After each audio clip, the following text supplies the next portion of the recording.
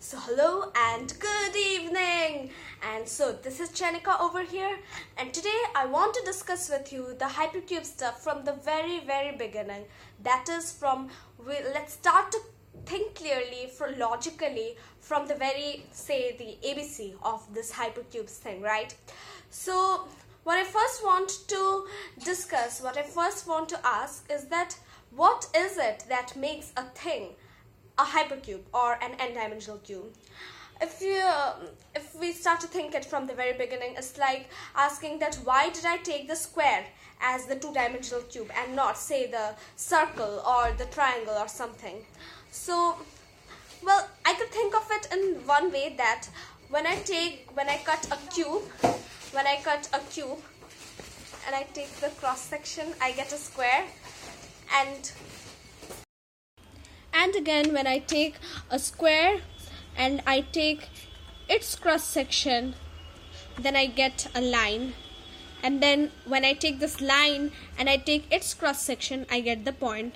That is, this one is the two-dimensional cube, and this one is the one-dimensional cube, and this one is the zero-dimensional cube. So if I tried to, extend this fact, then I could say that if you take the n-dimensional cube and you take its cross-section, then you get the n-1th dimensional cube.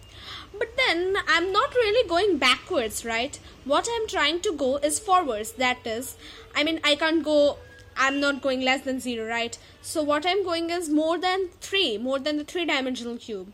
So if I want to do that, I must find out how to define the n-dimensional cube from the n-1th dimensional cube. And that is, again, I will define like this. If I want to build the one-dimensional from the zero-dimensional cube, right? So what do? I'll take the point and I will just pull it in the first dimension so that I get the one-dimensional cube. I take the point and it is the zero-dimensional one, and taking the zero-dimensional cube, I pull it in the first dimension, so I get a line. Then I take the line and I pull it in the second dimension, right? Like, take it and I pull it, and I just pull it. Then the area it sweeps out, that gives me the square, which is the two-dimensional cube. And again, I take the two-dimensional cube and I pull it in the third dimension, right? And when I do this, I get the cube. That is, I take the square and I just kind of pull it in the third dimension, like take it from here to here. I'm just showing its shadow only, taking it from here to here, and then the space that the square sweeps out, it's the cube, the three-dimensional cube. So now I have taken that, I can say that the n-dimensional cube is formed by pulling the n-1th dimensional cube. I'll take the n-1th dimensional cube and I'll just pull it in the nth dimension, right? And then I get the n-dimensional cube. Okay, and so now that I have done this, now I'm ready to prove why I'm ready to find out why the number of characters in the n-dimensional cube must always follow the same pattern, right? So, what happens when I build the n-dimensional cube from the n-1th dimensional cube, right? So, for example, let me take the case of the cube getting built from the square. So, here's a square, and while building the cube, I pull this square in the third dimension, like this square is shifted here, and the space that it just sweeps out while it is shifted from here to here, that is the cube, right? So now when I have done this, then I can see what happens to the number of characters. You know what happens, that every character, how it behaves when it is getting pulled into the next dimension. You see, for example, you take this point over here, right? When I take this point, and while I am pulling the square in the next dimension, this point itself, it remains in the next cube, in the next n-dimensional cube, right? So this point itself remains in the cube. This point of the square, it creates a replica which remains in the new cube, right? And the original point and its replica, they are connected by a line. That is, they are connected by the next dimensional character. This is the zero dimensional character. The zero dimensional character remains in the cube. The zero dimensional character that was present first in the square, it remains in the cube. It creates another zero dimensional character, its replica, which also is there in the cube. And the original zero dimensional character and the replica zero dimensional character, they are connected by this line, that is the one dimensional character. Now let's take another character of the square. What about this line over here? What happens to it when I am pulling the square in the third dimension? This line, it is one dimensional, right? It was present in the square, it is again present in the cube. It creates a replica. After it is pulled over here, it creates a replica, a one-dimensional character again, which also remains in the new cube. And the replica and the original one-dimensional character, they are connected by this square, which is the two-dimensional character. Now take a face.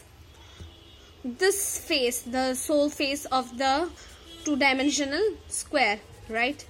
So what happens when I pull this into the third dimension? This two-dimensional character, it remains in the cube. It creates a replica, this new face, right? This replica is in the cube.